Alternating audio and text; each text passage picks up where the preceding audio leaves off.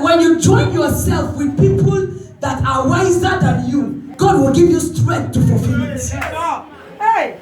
Bible said when Mary met Elizabeth, she said, the baby in my womb leaped for joy. As you meet those association of people, something within you will begin to leap. Something within you will begin to grow. Something within you will begin to multiply. Right? Because both of you are going in the same direction. The same direction. The same direction. The Bible says, he that follow the wise shall be wise. The companion of a fool shall be destroyed. Shall be destroyed. Shall be destroyed. What is your vision? What is your vision? As our faces are different, our visions are different. That is it. But make sure you locate somebody that has big visions. Don't stay in the circle of people that are gossiping somebody. Gossiping is old fashioned. It's old fashioned.